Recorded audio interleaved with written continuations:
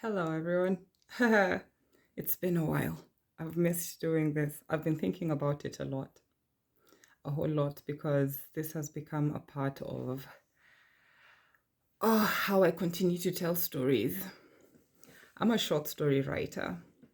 One day in 2012, I attended an event I'd been invited to by one of my new friends. And I'm not sure whether I had written something and read it to her so that she liked it and told me, hey, you should come, meet a crew, do a thing. But I remember showing up and saying that I had something to read. And when I got up, I like to say on that stage, but it was really like the front of a room, the size of, an ordinary classroom. I stood there and I introduced myself. Hi, my name is Sharon Ogugu and I write stuff, is what I said. And I read something I had written from in here. And one of the people present, respected in his space as a poet and critique of literature, critic, whatever, said, you cannot safely say, I'm paraphrasing, it's been many years. You cannot safely say you don't just write stuff, Sharon, you're a short story writer. And I have kept the title. So, for those of you who know me personally, Saturday is my day off. I joke about it being the day that I take time off to recharge. But that's not really a joke. I do need to recharge. Seventh-day Adventism works for me. It makes logical sense. I'm an individual who needs to be reminded to rest, because it doesn't come naturally to me to just rest. And I know I just read a post on Instagram from a therapist who said not every symptom is an ADHD symptom. But I do know, as someone who's been diagnosed with ADHD, that not being able to sit still is definitely an ADHD symptom. So Saturdays are when I get to slow down. I think of it like basal metabolic rate, like just slowing down to a point where I stay alive, like how your body slows down when you sleep. It's like you're in a sort of coma or small death, because your heart is still beating. You can still respond to the urge to pee, so you wake up and pee. Your brain is still functioning. You still have dreams. Your lungs are still expanding and contracting, and your muscles twitch. You have random eye movement, but you're not really there. You're there, but you're not really there. Anyway, I'm nerding out. I'm in a calmer space today than I was about an hour ago, when I thought I recorded a 10-minute rant, which I hadn't recorded.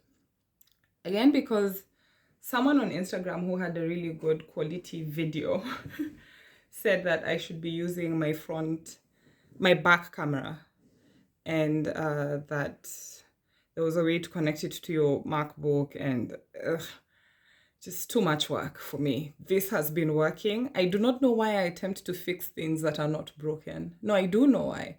I'm always aspiring for better. I'm always trying to do better. It's part of the reason why I want to get equipment.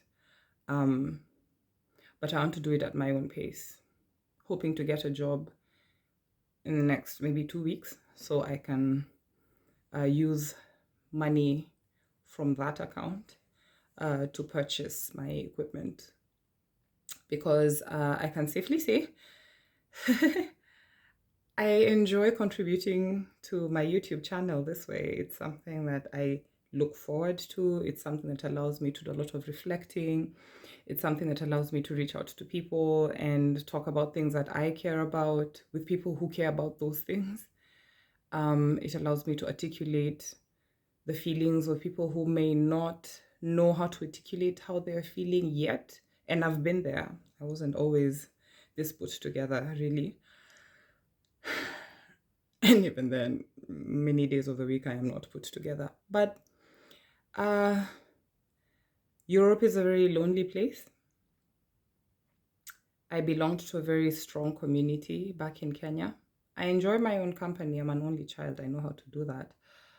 But I had a strong tribe of female friends. We met frequently, we spoke frequently, we were very intentional in the way we contributed to each other's lives. We were very keen on, what's the word, investing in each other, time, money, emotional real estate.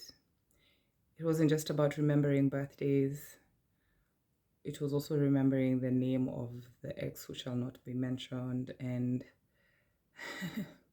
I have this one friend who comes to mind, because if you're ever dating someone and you have a circle of friends, girlfriends, I'm speaking to women here, I hope that you do have that one friend who knows how to use social media to find information about this person if they have an online presence.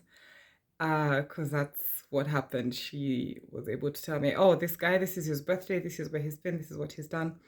And there's this interesting fact about him. And it's just, she did a thing I really hadn't thought to do. And that's the thing I enjoy about like my female friendships. They bring such a beautiful color. Everyone comes with their own color. Everyone comes with their own texture. Everyone comes with their own energy, and it's beautiful. There's a blend of introverts and extroverts, outgoing introverts, introverted introverts, ambiverts, or a blend of the two, like myself, people who enjoy socialization, are capable of being the life of the party, but also find human beings to be incredibly exhausting. So there's that. I'm taking my time to get to the topic because I've worked through the anger and frustration I was feeling when I started shooting the previous video. There's a conversation that I've been having with women repeatedly lately, and with men. I identify as a feminist, and from where I stand, and this is my lived experience, the lived experience of other Black women around me, and I don't just mean Kenyan, I mean other parts of Africa, North Africa, Central Africa, South Africa, or Southern Africa, and West Africa, because I have friends from around those parts who are Black and beautiful on the inside out and have very similar lived experiences to mine. So when I speak with these women, and because we have such long drawn out conversations in intimate settings such as our homes or the home of one of our friends who eventually joins the circle and becomes our friend, or we join their circle, but circles join, that's the point. There are conversations that keep coming up. And one is why feminism is so important to us, even for those who may not articulate it loudly, because, by the way, feminism comes with a tag.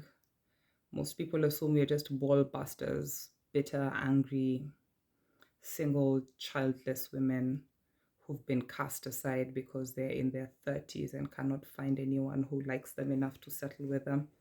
Hasty generalization there, but something I've been hearing very often from men. And these conversations have been very revealing to me. I have certain biases. Some of them may be labeled as healthy and others unhealthy, but those are my biases. I own my shit and I own them.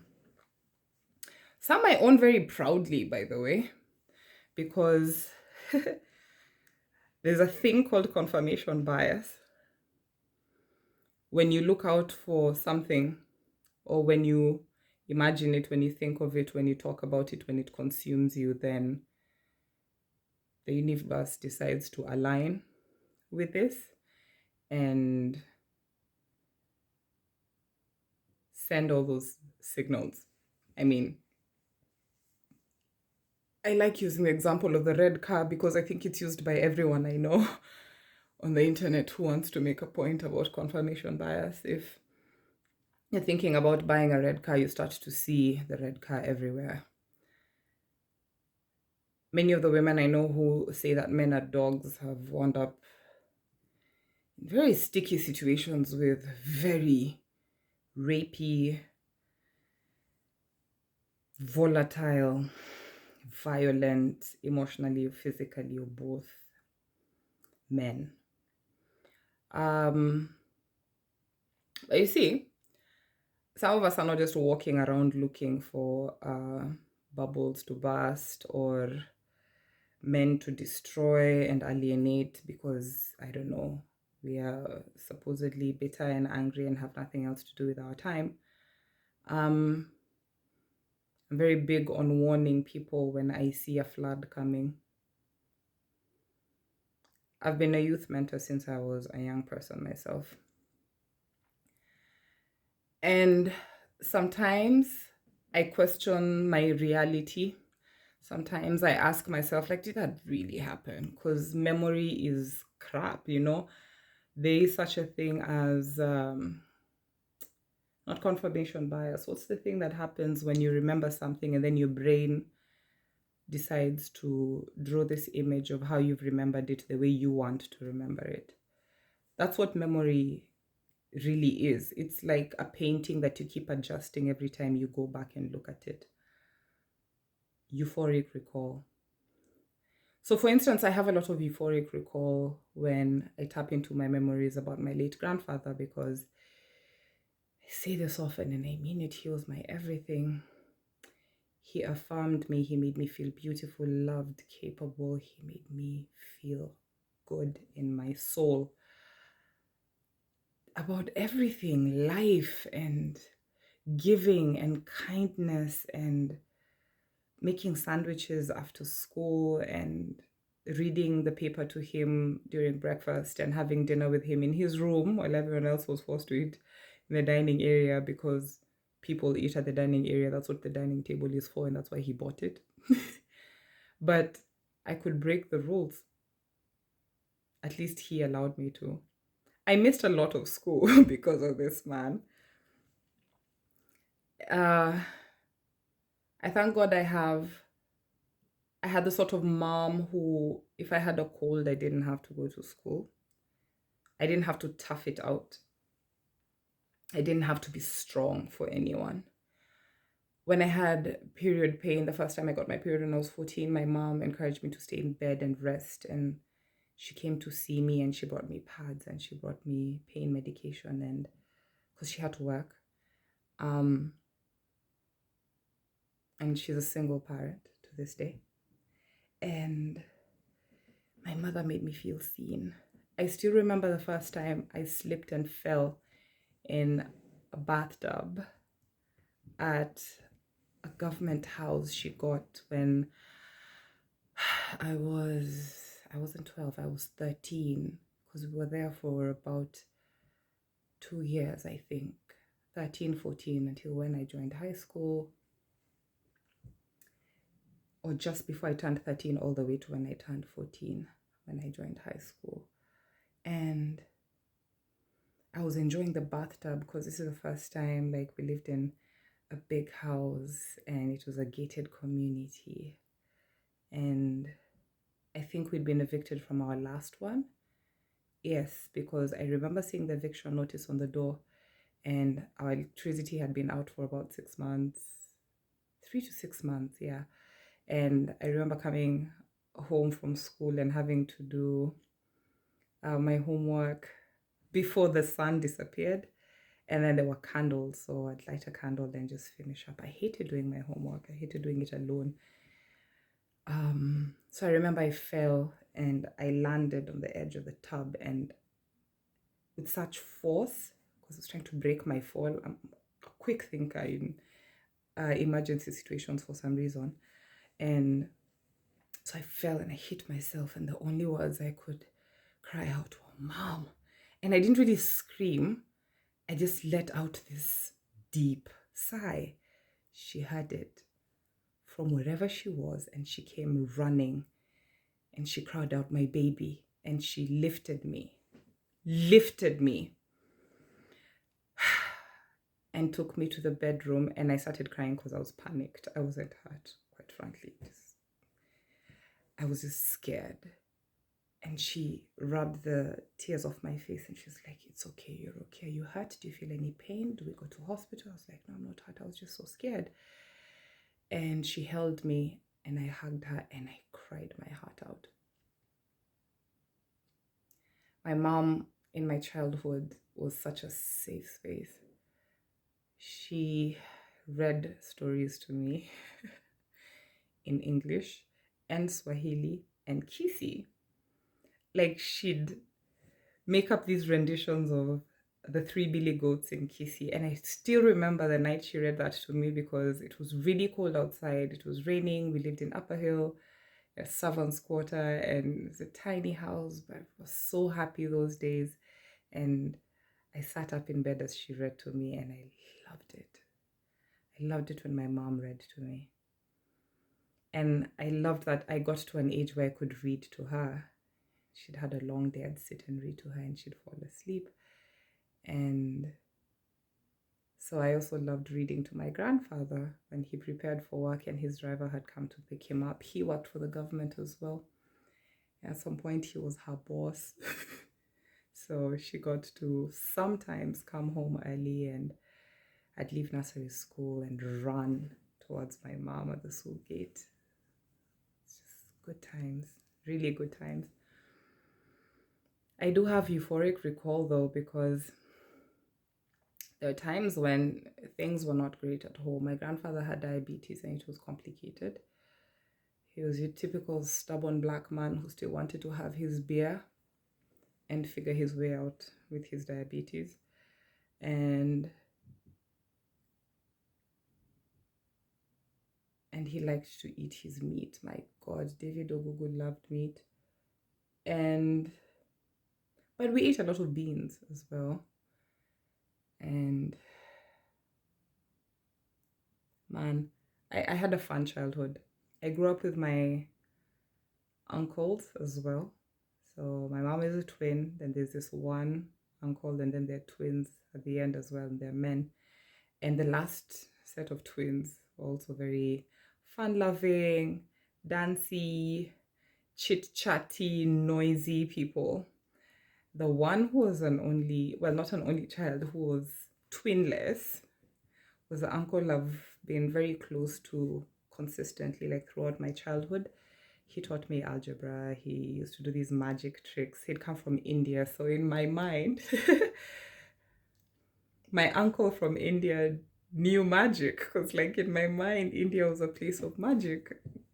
Probably read that in some storybook and probably assumed that the Middle East and India were the same place when I was a child. Forgive me. And he did all these magic tricks, and he taught me how to play chess, and he taught me how to pronounce English words properly. And so I did a lot of learning at home. And my grandfather kept me away from school sometimes for any little excuse. So at some point in my life, between the 4th and the 6th grade, I lived like in this compound, and the very next compound, separated by a wall, was where my school was. And they were doing some sort of construction so that this wall came down. So at some point, my school and my flat shared a compound somewhat. You could jump over this construction site, just a line where bricks had come down, stones rather, and just get to school before the bell rang, or when you could hear it had started to ring. Like, I would race across the wall and get to school. So there are times when I used to watch Neighbors. I don't know if you guys know a show called Neighbors. and there's another one called Home and Away. So I used to watch Neighbors during my lunch break, somewhere between 1 and 2 p.m. when I came home for lunch. And sometimes I'd Neighbors would run a little longer than 1 to 1:30, and was it 1:30 to 2? I forget. I just know that I'd lose time. I'd lose time. And my lower primary school teachers complained about me drifting. I still drift, by the way, to this day. If I'm sat in a class for more than 1.5 to 2 hours, you've lost me. I'm probably texting so that I can actually pay attention. Like, I need to do other things while listening for more than 2 hours, 1.5 to 2 hours, give or take. And so there are times when he could see the panic on my face, and he'd either write a note and sign it saying she had been feeling unwell, so kindly excuse her lateness. Or two, he'd be like, "You're a bright child. You don't have to go to school this afternoon," especially if I was sleepy or I'd slept late the previous night. And sometimes it was his fault that I'd slept late the previous night, because I'd just be sat in his room talking to him for hours. God knows about what, in hindsight. Like, what were we talking about for so long? We talked about my friends, we talked about school, we talked about blah, blah, blah. And I'm going to take you back to a memory, and this really happened. So my grandfather used to have this cane. He rarely used it, but when his boys came over, his stepbrothers, he was closer to his stepbrothers than his actual brothers. But when they used to come over for nyama choma, for grills, and they were out there roasting meat, or they were always coming over for food. Now you understand why, like, food is such a central part of my happiness, and cooking for people is such a central part of my happiness. I associate with happiness from childhood, and sort of lived up to its name and reputation. So my grandfather has this cane, but if you pulled the head of the cane, it actually came apart and revealed a sword, like the blade, thick blade, running almost the full length of the cane. So yeah, that was the sheath, the actual cane was a sheath of a sword, sort of. So it was a very cool thing I saw in his room, and I was like, whoa. He's like, yeah, that's dangerous, don't hurt yourself, blah, blah, blah. I don't remember what he told me about it, but he said something about it to, I guess, justify having it at all. So one day, I fought with kids a lot, especially girls. Well, boys, correction, both. And so I was always differing with them over certain things, and I thought they were silly, and I didn't quite fit in with kids, especially kids my age back in the day. From just the ages of, I think, 8, I remember 7, yeah, 7 to 13. When I went to boarding school, I differed with children. I was very opinionated, and I just shared my opinions and my thoughts. And if I hurt your feelings, well, what was I going to do? I do have thoughts and opinions that I wanted to share. Or, gosh, you asked, so what did you expect would happen? And when people cried, I didn't always feel bad. I'd be like, okay, you're allowed to feel bad and cry, but that has nothing to do with me. Interesting child. So this sword of his, one day I come home because the kids around the flat were upset with me for the way I had treated someone else, and they sided with them and not me. I think she was more popular. I was never really popular. I was just a friend to the kids who were bullied, either because they were fat, or because they had a lisp, or because I remember this one girl was from Ethiopia, and she didn't really have friends, and people made fun of her for some reason, and I felt the need to protect her. Her name was Rita. I still remember. So anyways, I come home and I slam the door because I'm upset. It's a wooden door, and I lean against it, and he sees me, my grandfather. I don't think I had expected him to just show up so quickly. I knew he'd take his time walking from the room to come and see who had come home. And he goes like, what's wrong? And I say, the children, they're bothering me. And I'm upset, And I think the fact that I said how I was feeling made me teary. And I hated that I was being teary and emotional about something. And I just sat down and tried to busy myself with something. So he doesn't say anything else to me. He goes to his room, comes out with his cane. At this point, there's a knock on the door, and I can hear kids, like this small group of children, and they're sort of shushing each other, and they're like, yeah, she's going to come and open the door. You just wait and see. She'll have to come out, and we'll talk to her and we'll tell her. And they're just being very loud about their whispering. And my grandfather comes to the door, shirtless, with a shuka tied around his waist that I think he'd said he'd gotten from Somalia, with his cane. And he withdraws the sword, opens the door and withdraws it, and the kids run. Like, I could hear their feet, and I can still hear it in my head as I talk about it. And he yells, if any of you touches this door again, I will chop off your limbs. And he shuts the door, and he puts his knife, sword, whatever, back in its sheath, and he takes his cane back to his bedroom. That memory has stayed with me. My grandfather did very many things to make me feel capable, beautiful, amazing, just very many things. Empowered. That that made me feel like, damn, I think this guy could actually hurt someone for me. He didn't even ask whether I was at fault. He didn't. Man, but that memory stayed with me. I've blocked 2 guys from my WhatsApp today. One for telling me that I believe in propaganda, if I buy into climate change, white privilege, the narrative of climate change, white privilege, and I forget the third thing. That white privilege part hit me hard because I'm a Black woman in Germany. I've been sat at a coffee shop having a conversation, minding my business with a white guy, and a Black woman sat next to me, and a brown guy sat next to the white guy. And there was a group of white people who made a racist slur because they assumed that we were either too stupid to understand what they were saying, or that we wouldn't catch it, or, and this is the one that I especially find troublesome, that even if we knew what they were saying was offensive, there's nothing we could do about it. This is not our country. So, white friend gets pissed off. I can see it on his face. I had been talking to him, and I can tell when energy shifts. He was just upset.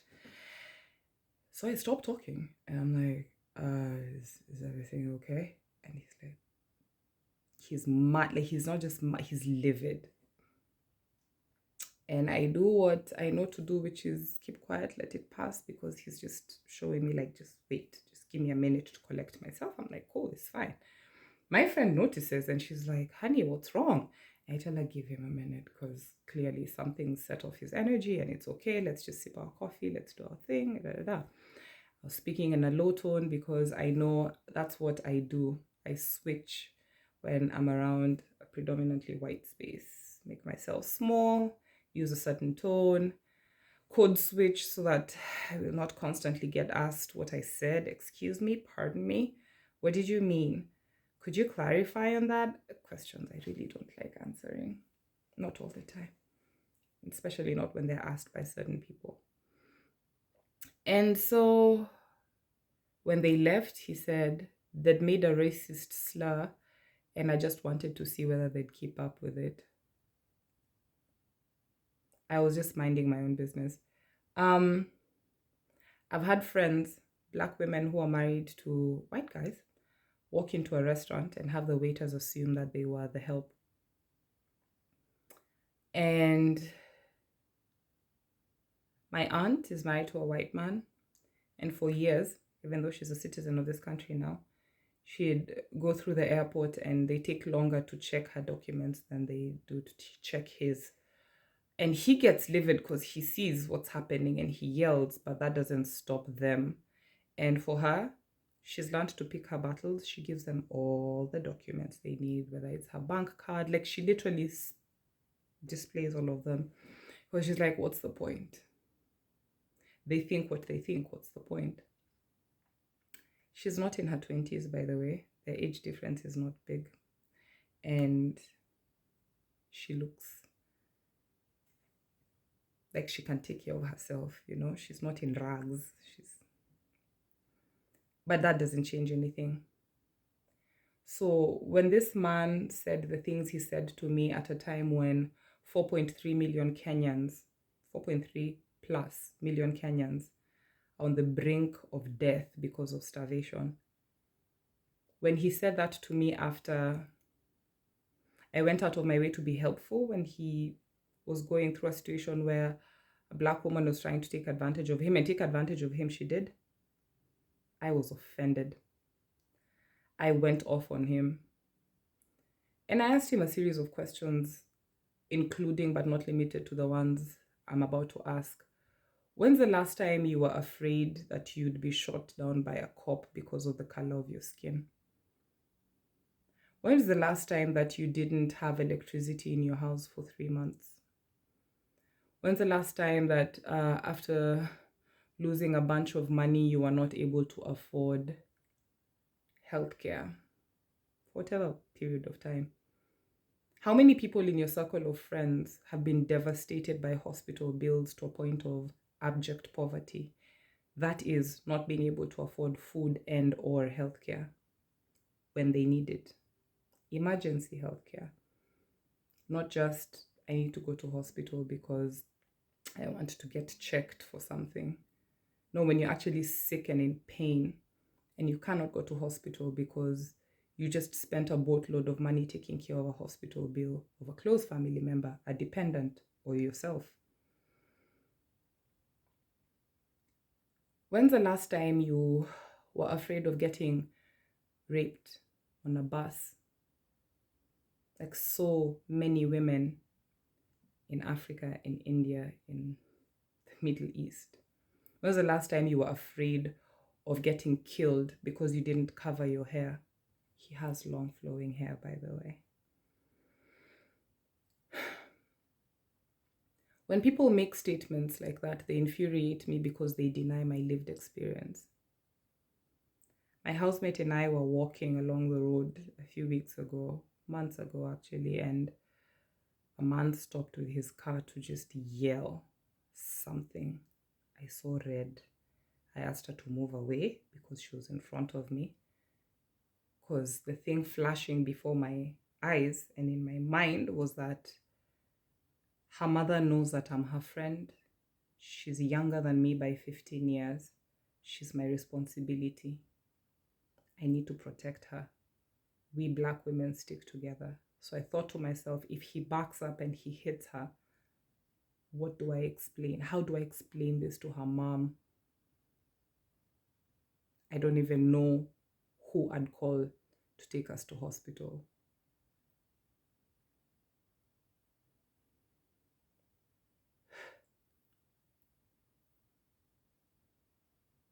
I have loved ones in the US.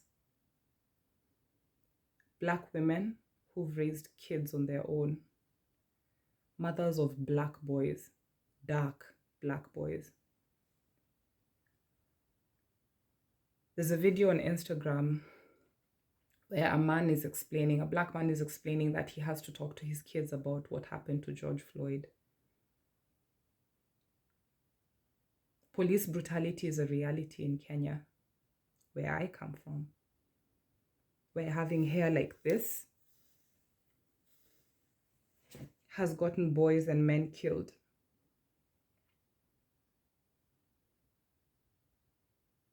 We live in a world where Black women can't wear their hair the way they want to, the way it grows out of their scalp.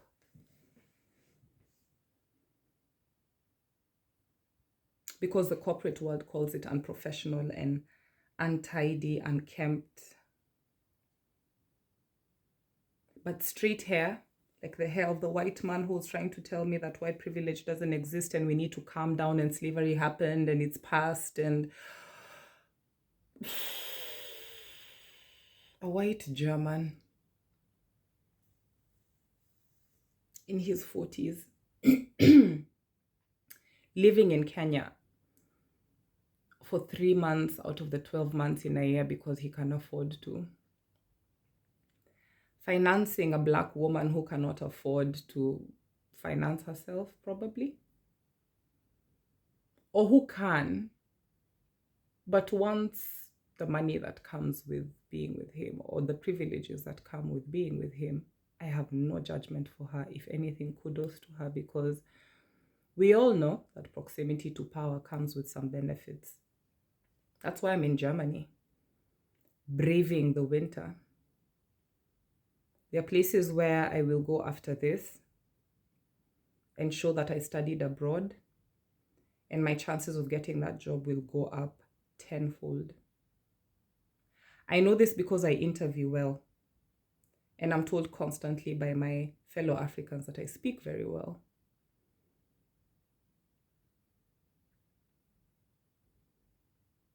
My grandfather realized that British English was power.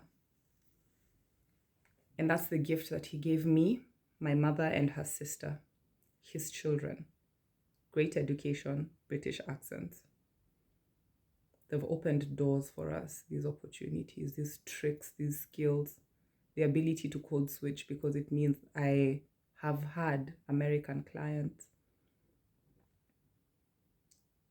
I fit in spaces with white people because I sound like them sometimes. There's a part of me that's incredibly proud for using this skill to survive. There's another part of me that's incredibly ashamed. I speak better English than I do Kisi. My grandfather said, Kisi will take you nowhere. I will not teach you that language. Sad but true. Because I've sat on interview panels to help recruit. And where if you had mother tongue influence, that is, if you articulated your words a certain way and I could guess where you are from, certain employers would not pick you because they wanted you to sound a certain way. White educated is how they wanted you to sound. So when people tell me there's no such thing as white privilege, I find it irksome because that is not true. Not by the lived experience of every black person who's lived around white people. Not anywhere in the world.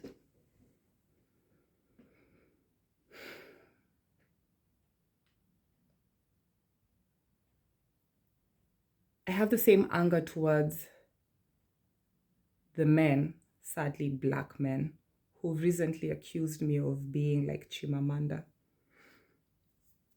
I take such great pride in having my name uttered in the same breath as this woman who has changed her life and has changed the world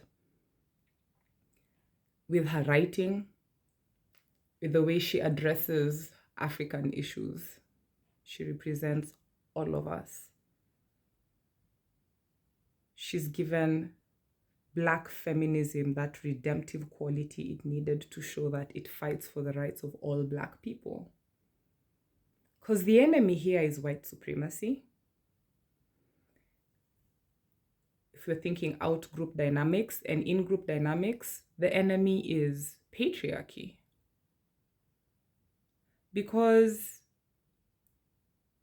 and there are people who will argue, but Black men are also getting killed and the boy child is forgotten. I'm like, I'm doing the work with the girl child. Why don't you do the work with the boy child? Or do you expect me to take on the labor I have taken on as a woman for you, as a man? To be your lover, your mother, the therapist you can afford but will not pay for, because you'd rather go out for drinks every weekend with your boys to deal with your sorrow.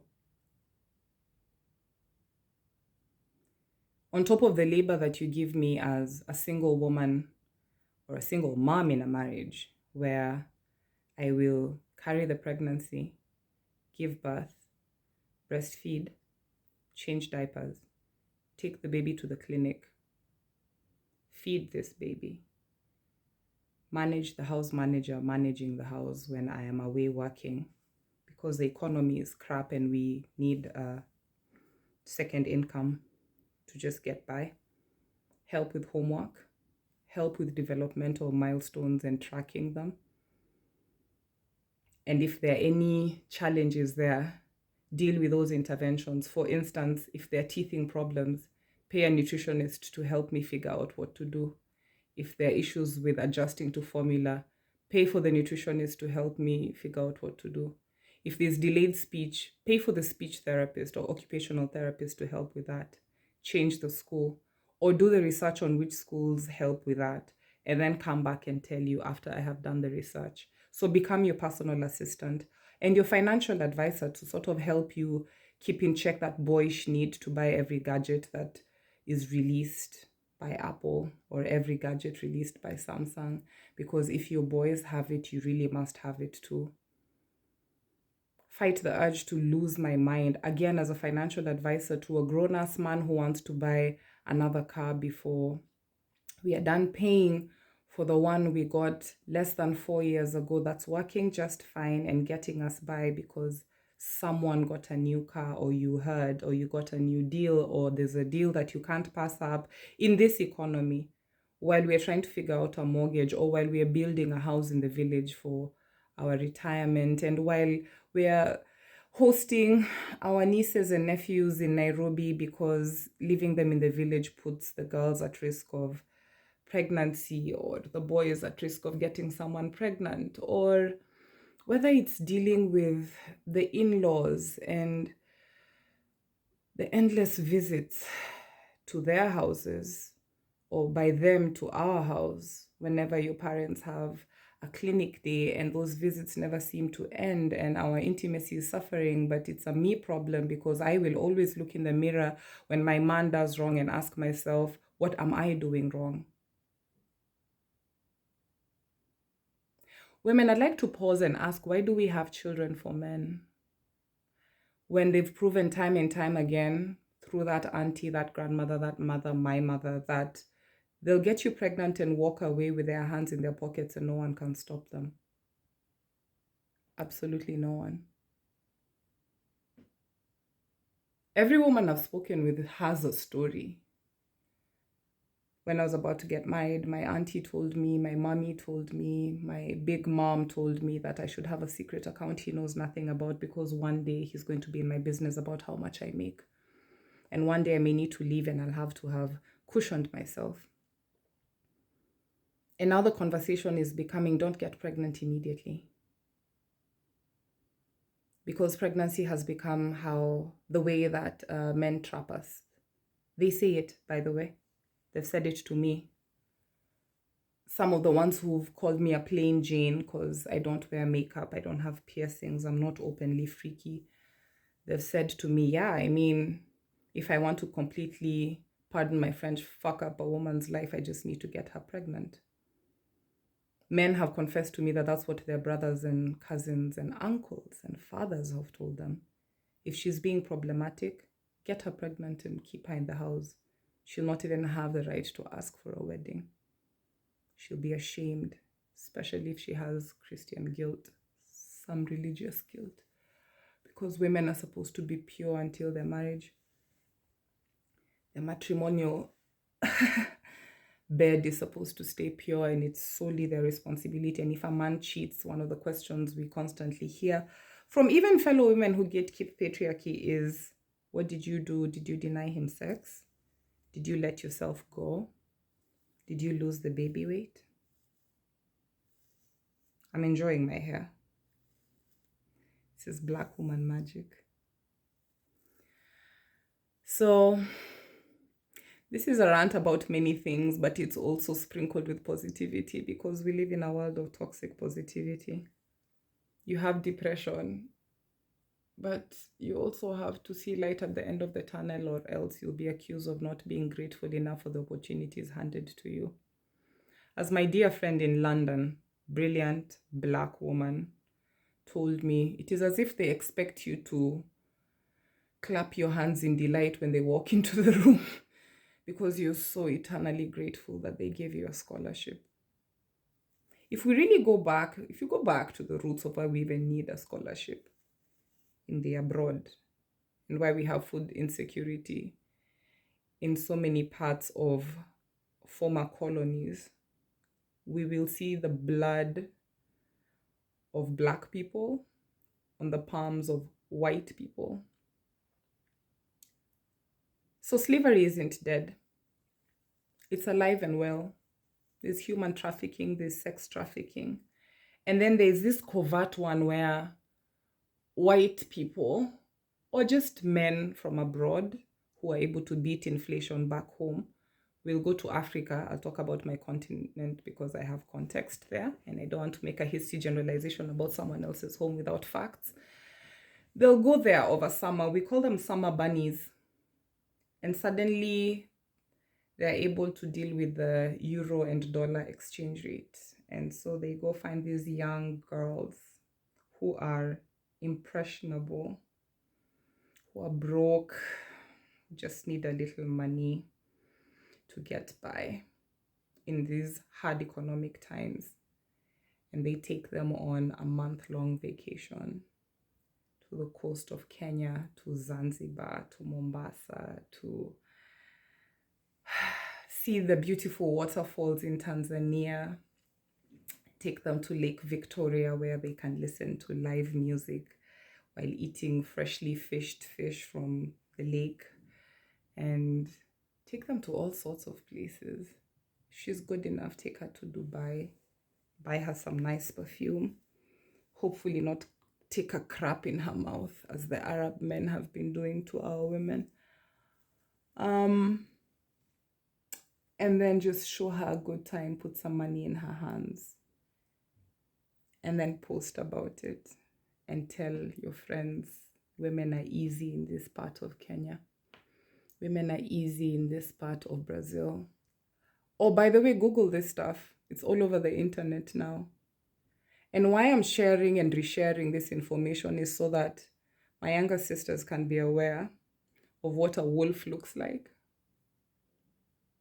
If he's 5 years older than you, it's not necessarily problematic, but it can be. It is definitely problematic if you're 18 and he's 23. It is definitely problematic if you're 22 and he's 27. It is generally acceptable if you're 25, that's when most of us left campus, and he's 29 or 30. No, because he's had 5 years to tarmac. That's the phrase we use to mean look around for a job, sleep around. For me, it also means sleeping around and figure out women and write a paper and put together what a woman with daddy issues looks like, or a woman who is desperate to do anything to be able to feed her child because she got pregnant when she was 18. Yeah, so it's less problematic the closer you are to 30. So my advice to young women is please just wait until you're 30 to really meddle in serious romantic relationships. You stand to gain more than you stand to lose. Stay away from white saviors, and this is what they sound like. Isn't it nice to be a girl, to get nice things? You know, I have very many female friends. Sometimes they sound like this. I'm a feminist. I believe in women's rights and I fight for them. I pay my house manager well. Are there good men left? I don't know. I don't think that's the question we should be asking. We should be asking ourselves, if shit hit the fan today, can I leave?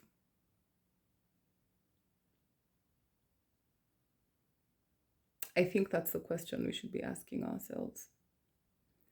So keep yourself safe.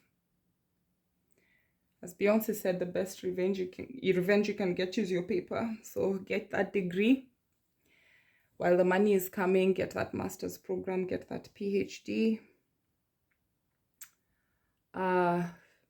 Build that house, not in your parents' village, but for yourself on a separate piece of land where you cannot be disinherited by his people should he drop dead.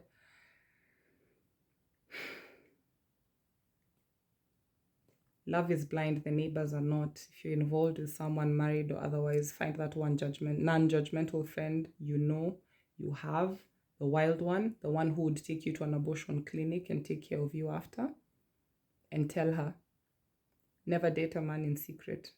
That's how he ruins you. That's how he feeds you ideas about not being worth it or being too much, or after everything I have done for you, making it look like he's doing you a huge favor by dating you.